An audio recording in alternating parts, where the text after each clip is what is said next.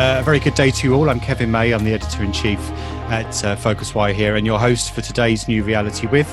A very warm welcome to all of you and thanks for watching this series of one-to-one interviews with industry leaders. This one again is brought to you through a partnership through Salesforce. Working with them, you can reopen travel with support from Salesforce's work.com. A very warm thank you again to them as well for their continued support for our series here. Right, so more importantly, I guess, a very warm welcome also to Nancy Rademaker. She's a partner at Nexxworks. Thank you very much, Nancy, for joining us today from the Netherlands. Thank you. My pleasure. Okay, right. So, as I said, you're a partner at Nexxworks. Your backstory is you were a teacher for some time. You've worked at Microsoft. And as you say, you're now a partner at Nexxworks. Many people won't know what Nexxworks is. I had the pleasure of hearing you speak about 18 months ago. I think we've just been trying to work out before we went on air here in January last year at an event, a revenue management conference for hotels of all things. And you spoke there. And I then hosted a panel with you afterwards. But just briefly, Nancy, just give us an overview of what Nexxworks is and what you do as a partner there for that organization before we kind of dive into our discussion. Well, Nexxworks is a small company based in Belgium. And the thing that we do, the only thing we do is inspiration. And so that is in the form of keynote speeches. So there's a number of keynote speakers amongst us at Nexxworks, although we operate, I must say, as individual speakers. And then the other thing we do is take business leaders to innovation hubs across the world, or I should say that we used to take them to innovation hubs across the world, because of course we haven't been doing that for the past 6 months. So I visited a lot with startups and scale-ups and such in Silicon Valley, in China, in other innovation hubs around the world, Berlin, also in London, and guide these tours for business leaders. So that's basically what we do. For me personally, I used to spend most of my time speaking on stages, doing several different keynotes. Okay, right. So January 2019 was only 18 months ago. It feels like it was, I don't know, a couple of decades ago that the internet hadn't even been invented at that point or something. It feels so long ago. But, and we'll put a link to, you did a TED talk in Lausanne a year or two ago as well. And the keynote speech that you did at this conference was great. And lots of people were buzzing afterwards about how thought-provoking it was. And one of the themes of that particular talk and the TED one that you did was the idea of power and consumers having all the power now. This is not particularly new to everyone in travel because they've suddenly got a sense that everyone has got the power. But as we've been kind of going through these interviews for New Reality With, we've been speaking mostly to travel brands themselves. So it's great to get somebody that has a bit more of an umbrella view about, consumer behavior and things like that. And I just wondered, just to kind of kick us off, if you could, Nancy, give us your sense then about the power of the consumer, what they had before, if you could kind of give us an overview about your ideas about power before and how that is changing and how that is going to change as a result of what we've been through over the last 6-7 months as a result of the pandemic. Yeah, well, the first thing that I always stress when I do my keynote speeches is that, first of all, everybody was talking about disruption even before COVID-19. And this disruption was mainly coming from technology. And business leaders really didn't see it coming that quickly. So 2018, I think was about 26% of leaders saying that they saw significant industry disruption coming within the next 3 years. 2019, that number had tripled. This year, 100% of leaders believe that there is serious, significant industry disruption. So I used to talk about the new normal. It was a concept that I used in my speech then as well. And now everybody's talking about the new normal, but I think we mean two different things. The new normal I was talking about was a new normal because of the impact of technology. And people often talk about technology and how technological innovations will cause the disruption. And in my view, they fail to take into account one thing that's even more crucial, and that is changed human behavior. And mind you, that has also come about because of all these technological innovations that we have. But sometimes looking at this changed human behavior is what people tend to forget.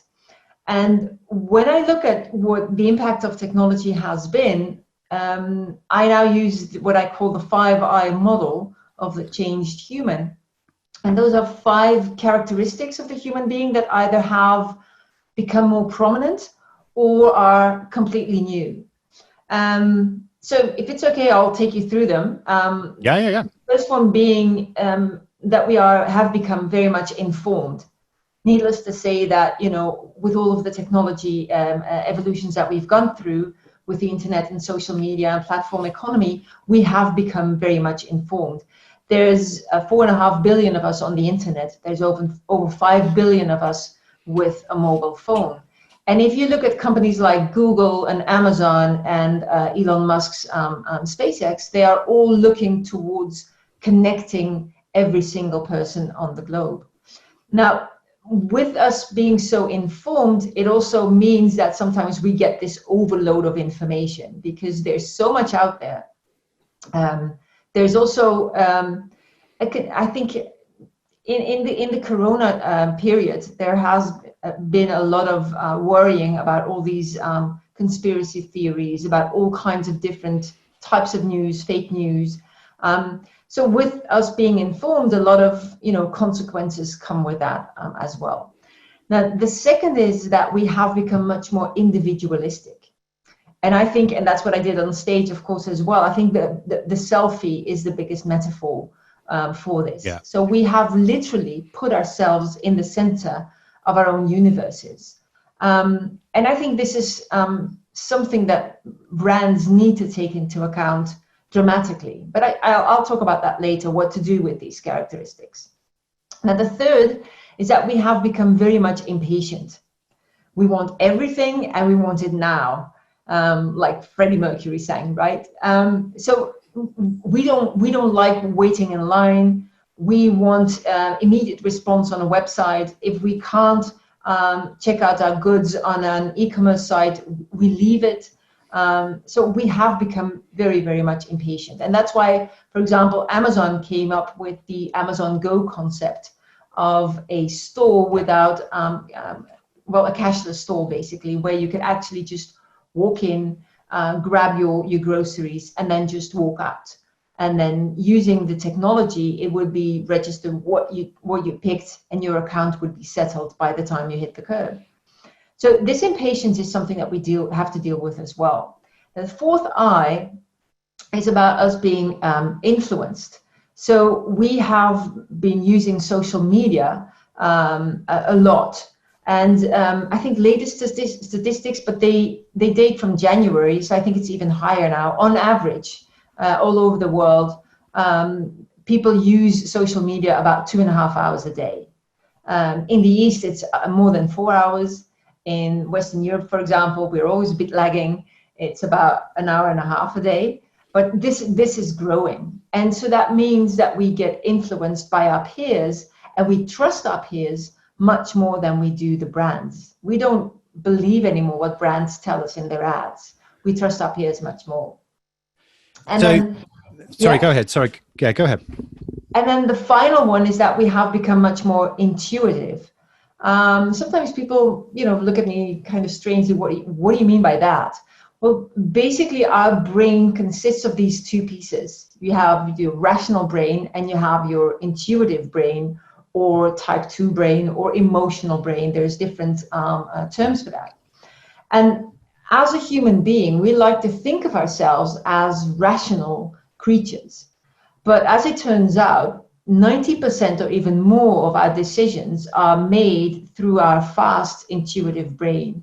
So without the rationale behind it, we will justify our decisions with our ratio. So for example, if I look at male listeners here or viewers here, when you buy this fancy car, you will come up with a rational explanation of why this car is so good. But in fact, your decisions are made with your intuitive brain, so your emotions. So that is really something that companies need to take into account far better than they have to up to this moment. Now, one of the things that when I was doing my kind of digging around on what we were going to talk about today, there was a really funny, I guess it's funny, but it's indicative of where we were. You talk about, you had your mobile phone and you called an Uber and it said you had to wait 2 minutes for your Uber to turn up, and said, oh no, and it's I've got to wait 2 minutes. I can't believe I've got to wait this amount of time. And I wonder if, because of what lockdown has done to an overall kind of psyche, everything has slowed down. It certainly did for me here. Our expectations were lowered because they couldn't be met a lot of the time. We couldn't go out. We couldn't do this. Do you think what we've had to go through as a society has changed that expectation around time, for example? The immediacy of the way we want things 5 minutes ago rather than having to wait a couple of minutes. Do you know what I mean? It's because because everything has slowed down. Everything has had to slow down for very good reason, for health reasons. But does that have a long-lasting effect as a society, or do you think we'll just be raring to go back? I want my Uber 30 seconds ago, like we used to. Well, I think from the perspective of patience or impatience, I think we haven't slowed down at all. In fact, I think because we've had to. So one of the consequences of the lockdown was that everything went virtual. Whatever there was no longer offline. What was just there online. And I think expectations have not become less. I think expectations have even become higher.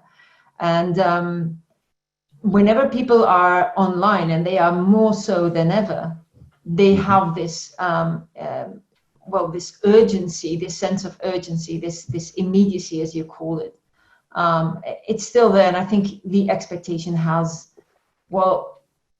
remained the same at least, but I think it has gone up. We have even become more impatient if it's about online response.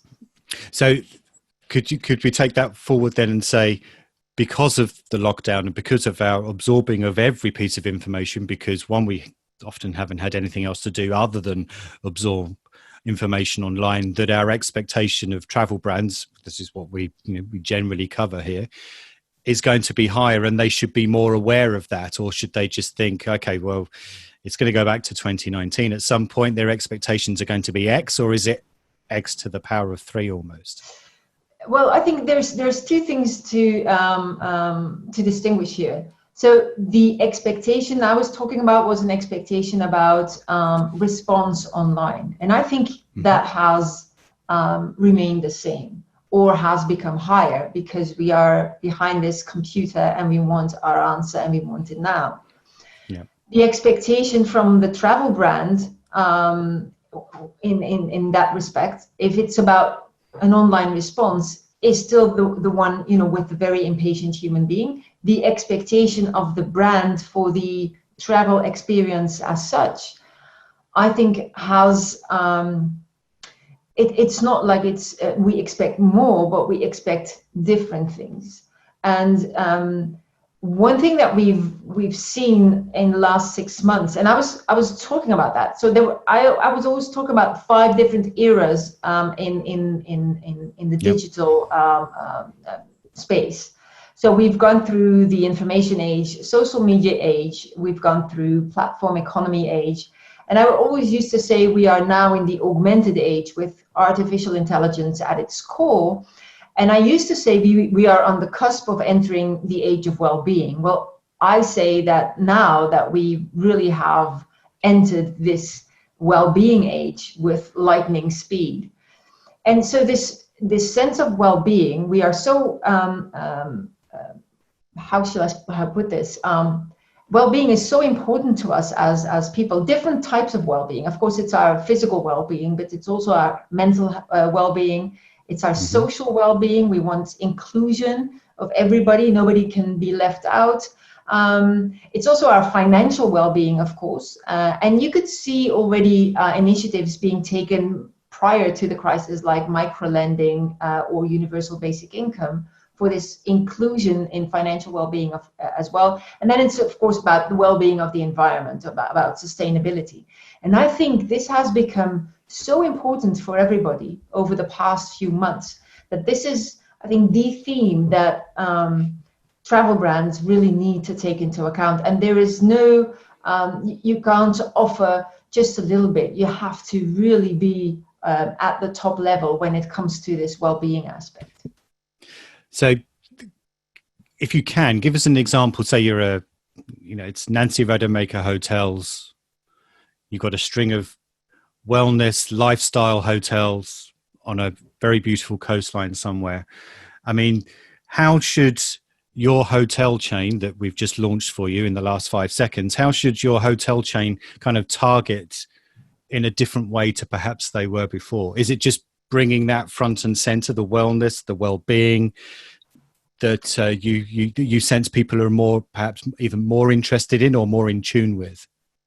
Yes, I think that this idea of safety is crucial. I've experienced this with events as well. So those events that really clearly communicated how people would be seated, even if it was an in-person event with only 50 or 100 people present. If you clearly communicate how well this is all being taken care of, this helps for people to regard it as something that's safe. And I think this is crucial for my hotel chain that you just launched would be certainly doing this. And so I think there's a lot of stuff that you can do from an innovation perspective or from a technology perspective, especially in the space of contactless interactions. And I think this is one of the things that need to be taken into account. So even if as human beings we love to be in contact with other humans, and this is why so many people get depressed in this period of time, because there's a big lack of social communication. I think as a hotel, you need to clearly communicate that you keep this safety and that and contactless interactions through the use of technology. And I'm talking about, contactless check-in, keyless entrance to rooms, maybe in-room fitness, elevators where you don't have to press a button, but you can use your voice control, or maybe even your face can get recognized and it takes you to the right floor automatically. All these things that give people the sense of, yes, I'm worried about your well-being and I'm doing everything to make sure that we accommodate for that. I think this is very, very important. Now, there's a big difference between, we talked about expectations that consumers have of brands. And there's a big difference between the expectations that they have, but their forgiveness for brands when those expectations aren't met.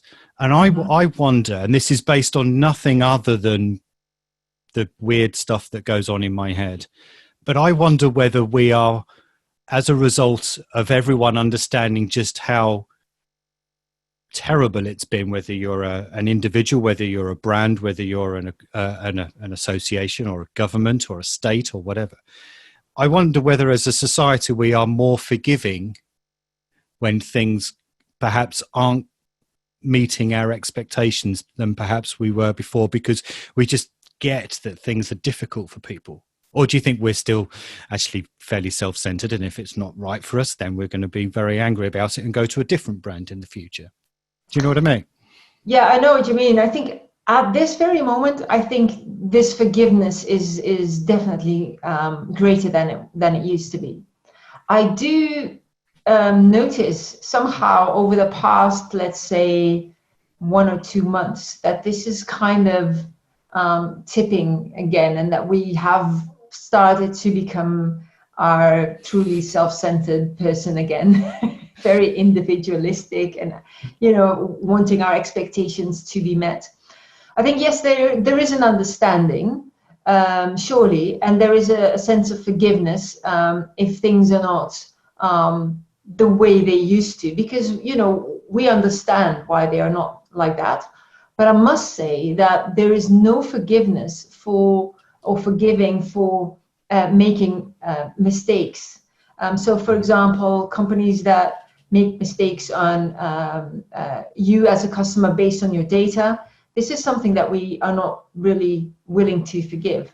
If our privacy is,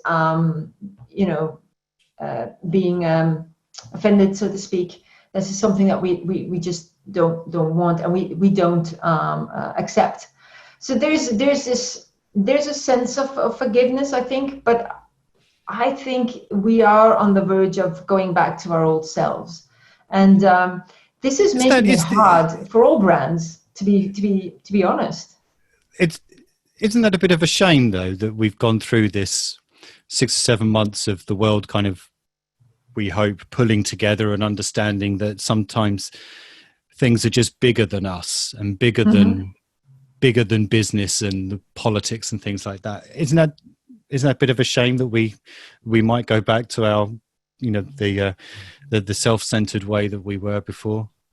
Yeah, well, I agree with you. I do think I'm also a positive optimist. I do think that we will, eventually. So once when we get back to this state that we regard as normal, and I don't think it will ever be exactly the same as before. It will, in fact, be a new reality. But once we get this sense of, okay, we're back, I think, or I hope, that then there will be this sense of understanding that there has been, certainly in the first couple of months, there was I think a great sense of compassion and empathy out there. And I do hope that we get this back. However, I see, because of all this information that's coming at us, and at this moment in time, I don't really view all this information as very positive. The way, different researchers are presented with different outcomes, the same data are being used with different results, all the kind of news there is going on, the fake news, all the inconsequent messages of what to do. This is making us all very anxious. And I think once this is over, once we come to terms with a new reality, I do think that we maybe will be a little bit more forgiving. But in running up to that, I don't believe we will be. Bit of a shame, really, isn't it?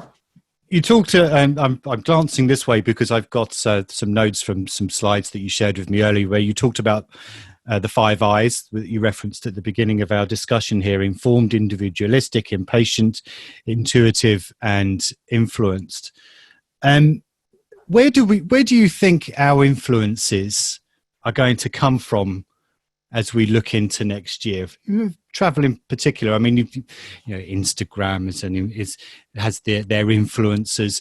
Do you think our influencers, or what influences us, are going to be different? Are we going to be more eager to learn from other types of influences than perhaps we once more? Are we going to be more trusting of health organizations and things like that, rather than somebody who looks great on Instagram standing in front of a castle with a great tan kind of thing? Yeah, for sure. The influences, I think, will definitely be different. First and foremost, because of the crisis, we have this, so to speak, implosion of globalization. There won't be this global traveling for a bit. I don't know for how long, but certainly for a bit. People, are, looking at localized experience or local experience much more. So that means that your range as an influencer will change. And also, if you look at all of these social media channels, what people are communicating about is, for example, how different hospitality brands are coping with the new situation. And so sometimes this is funny, and sometimes this is because they get this wow factor, because they hadn't expected that it would be so good. And so I think that the way of influencing is not so much about, look at this wonderful beach and this huge room and all this excellent food and what have you, but it will now be about the total package, about the experience as we used to know it, plus on top of that, how the brand takes care of us and our well-being. So I think these two will be what will change most. So, I mean, influence isn't just about Instagram. It's about your general marketing message and what you put in Google pay-per-click ads and what you put on the TV in the middle of whatever your show that you're watching at the current time. There is a fine line, arguably, between creating or influencing people that, especially now because people haven't traveled so much, and this is going to be perhaps their first opportunity to travel for maybe over a year by the time they do. It's a fine line between not creating or inspiring people, but not creating envy. Do you know what I mean? It's a different emotion. You want to kind of tap into a different part of people's brains with your marketing. So arguably, marketing is actually going to be more difficult as brands try and emerge from all this, possibly. True. Although I think what some brands have been doing is put even more money into their marketing communication, which I thought is a very, very wise thing to do. Of course, you need to have the means to do that, by all means. But so I think keep communicating your message and what your brand is about, and truly stick to your brand and stick to your values as a brand as well is equally important. And maybe also communicate how you support people in many different ways, and how you demonstrate your corporate citizenship, for example. I think this has been very important, even in a time where people could not travel. On the other hand, I used to be a teacher, I told you that. I was talking to the people in school, and usually they would have these weeks where the students would go out of the school building and they would travel within Europe to different destinations from a school perspective. It all had been cancelled. So what they did is they had a lot of budget that was not spent, and they bought virtual reality sets for all of their students, and they put together some material for them so that they could have this virtual experience of the place they would have gone to if it hadn't been for COVID-19. And then it's interesting. Just on that, it's interesting though. I mean, what did they make of it? I mean, I think we've all dabbled a little bit with virtual reality, and maybe it's just because I'm me, but I find it fairly underwhelming at times. I mean, what did they think of that? What did they think of that experience? Maybe it was because that was as good as it was going to get that they did quite enjoy it, or well, I mean, it was not. It didn't even come near to the actual experience, but it was kind of it was let's say a gesture towards these students. We know how bad you suffer because you can't have all these lovely social things going on, and you have to miss out on your trip, on your school trip. That's why we provide you with these virtual reality sets. We've got something there on the trip that you were about to take. But apart from that, they put together a lot of new materials for all the different courses where these glasses could be used. So it served a dual purpose. But the students loved it, and the reason they really loved it is because their mentor, so every student here has a mentor, they came to their doorstep, of course, with social distancing to deliver the set in person. And so what I would like to, what I took from that is that if you take into account people's emotions and then do something with that to appeal to this emotion, this is very, very strong. And you can do that as a brand as well. Okay. Now, you've talked in the past, I've heard you talk about this, is the CEX, which is customer experience. When you talk about it on stage, I suspect deliberately call it sex, just to get either to get people's attention or because it's mildly amusing to start talking about sex on a conference stage. But on a more serious note, I mean, you talked a little bit about how focusing on that has allowed companies to get through previous difficulties. So just give us a kind of a run through about how that kind of works and how it applies to this particular crisis. Yeah, so because we have become so individualistic and we have put ourselves in the center of our own universes, I think for companies, it's first and foremost, it's crucial that they put the customer in the center of everything they do. And that's easier said than done, to be honest. And so what we can learn from disruptors is that this is what they really do. So they start with the customer and then they work from there. This is, for example, what a customer-centric company like Amazon does. But if you want to do that, that means that you need to put customer experience in the center. It's all about the customer experience. And so when I use these 5 I's previously, I think if you use these characteristics, you can find out how to improve your customer experience. So for example, because we are so informed, you need to be very transparent as a company. Transparent in for example, in data, in security, where you store the data, in privacy, how you use the data, but also transparency in pricing. Mind you, this is something that's very top of mind in the travel sector. And you also need to be transparent on what you do as a company. So in my view, it's no longer just about providing a product or a service to a customer. But it's also about creating an impact for this customer, help him or her become, so to speak, a better version of himself. So it's crucial that you are transparent on what you do from for example, from a perspective of sustainability. And I call this the positive sum game. So in the old days, it was all about the zero sum game. Either you kept your money or you used it to buy a product. Now you want the product and you want to make some kind of impact, even if it's an indirect one, if you deal with this brand. From a business perspective as well, it's no longer just about shareholder value. It's also about how you contribute to a better world. And this all comes down to this, this age of well-being. So this transparency piece, that is very crucial. Because we are so individualistic, you also need to make it very personal. It needs to be personalized to the max. I don't want to be part of a customer segment or a persona. I want it to be about me. And so that means that you need to gather a lot of data on me as a customer, and you need to be very specific in how you target me.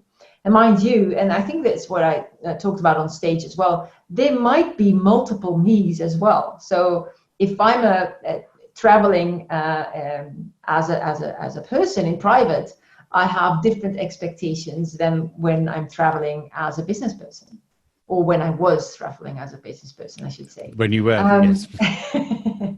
And then, because we are so impatient, you need to make everything very convenient. And I use the acronym FAST because, of course, it needs to be fast. But it's also, the F stands for frictionless. So the experience needs to take away the friction. That's what Uber did with the taxi business. That's what mobile payments are doing at this very moment. So in China, for example, even the beggars go cashless because everybody's on mobile payment using these QR codes. Yeah. The A of FAST stands for accessible. You need to be very accessible as an organization. So that means that if they want to call you, if they want to get in touch with you, you need to be accessible. But it's also about the interface. You need to have an accessible interface that people can use very, very easily. And then it's also about self-service. And especially in hotels, for example, self-service entrance and checking in has become very important. And then the T is, of course, about technology. It's about, applying technology to achieve all this. And I think I used the example of Domino's Pizza. I think that is the max of convenience with technology. You just open the app, you do nothing for 10 seconds, and then your favorite pizza gets delivered within half an hour. Now that's convenient and that is fast. So this is about taking care of this impatient customer. Now, because we are so intuitive, so we use our emotional brain so much, you have to appeal to this emotion. And already there are technologies out there that can detect the 7 most frequent emotions.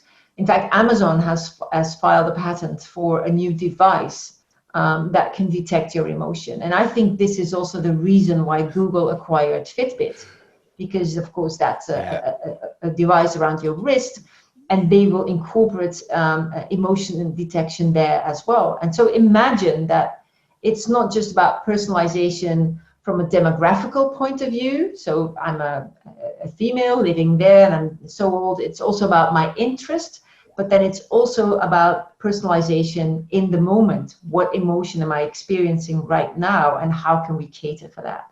And already there's technologies out there that do that. So there's different technologies, for example, in movies that will, where they will check what kind of emotion the scene evokes, and then they will decide whether or not to put an ad there at that moment. It's amazing, isn't it? It blows your mind a little bit. I mean, and before we kind of get into our last little phase here, Nancy, I mean, one of the things that I think is quite interesting is when you're talking about the workforce, and there are some estimates that say that the travel industry could potentially lose 120 million people across travel, tourism, and hospitality, the broad range of everything, which is just an astonishingly high and awful figure for that amount of people that could eventually lose their jobs. But this is also arguably the opportunity for, once employees come back, if they do, and the industry builds up again, for brands to really think or even rethink about how they perceive their workforce and their employees and what they are asked to do and the way they interact with the customers and things like that. And I know this is something that an area that you're particularly keen on. So give us your kind of overview about hospitality and the new workforce and how they're going to kind of evolve as an important part of any brand's kind of strategy. Yeah. Well, that's how my acronym SEX has evolved, to be very honest. So it used to be just customer experience, but these days it's about customer and employee experience. Because most companies were saying at the beginning of the year that they were already competing on the customer experience piece. I don't believe that, I think it was 90% claiming to do that. I don't believe this now.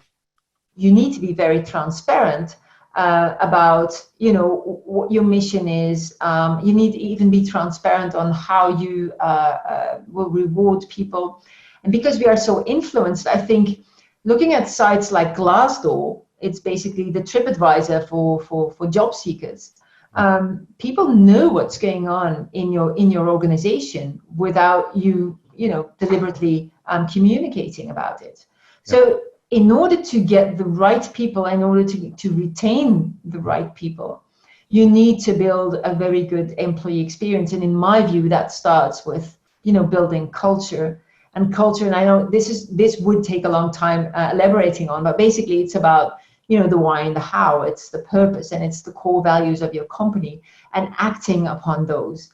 And I think this is an area where you can still do so much, and especially with us getting back to a new reality after COVID-19, it's about taking a different look at the workforce and deliberately look at the employee experience. Every single touch point there is. It's not just about onboarding and leaving. It's every single interaction with the company that is important, that can be improved. It's also about reskilling the workforce, I think, in the next couple of months or years, because there will be new types of work. It will be maybe more digital than ever. And for example, a concierge may become your safety and compliancy officer. There's a need for that. But I think a focus on the employee experience, because of course we as employees are all also human, with these same 5 characteristics, and everything that I talked about: transparency, personalization, convenience, and speed, appealing to your emotion. It's all very much the same story for your employees. And I see so many organizations that forget about this, that still view employees as interchangeable, robot-like people. Yeah, I mean, it's almost, if you think of a travel brand, they have this list of priorities now. One is just to start operating again. 2 is to think about how they're going to inspire. We talked at length about inspiring people to come back to them and meeting the expectations. And the 3rd one is, remotivating and reskilling the workforce. I mean, I'm loath to say, should there be a priority over those kind of 3 core things that brands need to think about, but that there has to be almost a priority given to one of those, which would be getting up and running again. But what would you say? Is it possible to do all of those 3 in tandem, or do you need to prioritize one over the other? Well, I hope it's going to be possible, but I think it's the way going forward. And I think if you keep this, it's all about, human business. Business is human, more so, or even more so in hospitality than in any other sector besides healthcare, that is. If you keep that into account when you restart the business, I think this is going to be crucial. And it sounds so simple, yet I think it's the most difficult thing that companies are facing. Keeping in mind that your customers are human beings, but keeping in mind that your employees are human beings at the same time. And your employees can serve as your best ambassadors. So I think it's taking into account all 3 at the same time. And this is a huge challenge, I know, but I think it is the way going forward. In one of your talks, you mentioned the 5 basic emotions, you specifically, which is joy, sadness, fear, anger, and disgust, which were put into play so wonderfully in the Pixar film Inside Out. I just wonder whether there isn't almost like a 6th one, which is hope, because there seems to be a lot of people hoping for various things, whether you're a business or whether you're an individual, and whether we need to consider hope as part of those kind of core basic emotions. Yes, but I would like to make one add-on to that. It's hope. It's, in my view, it's optimism with rolled up sleeves. It's not just, yes, exactly, not just sitting there being hopeful of good times to come, but actually really working hard on this to make it happen. Okay, right. We are at the end, unfortunately, Nancy. So thank you very much. Like I said, we'll put a link to the Lausanne TED talk that you did, because that was really great, and you went into. Yes, it's very historic now. It's at least a couple of years ago, and I sense, as we've been discussing over the last 45 minutes or so, a lot of things have changed as a result of the last 6 months. But we will post a link to that talk, because it was really, really good. So we've come to another end of New Reality With. First of all, we'd like to say thanks again to Nancy for joining us. We'd also like to thank our partner Salesforce for working with us on these one-to-one interviews. They, like everybody else, as they look into the second half of 2020 and beyond, you can embark on a new safe era of travel with Salesforce CRM. We'll post other details about that in the story that accompanies this interview on PhocusWire. So again, thank you very much, Nancy Rademaker from Nexxworks, for joining us. We really appreciate your time and the discussion. Thanks ever so much. Thank you.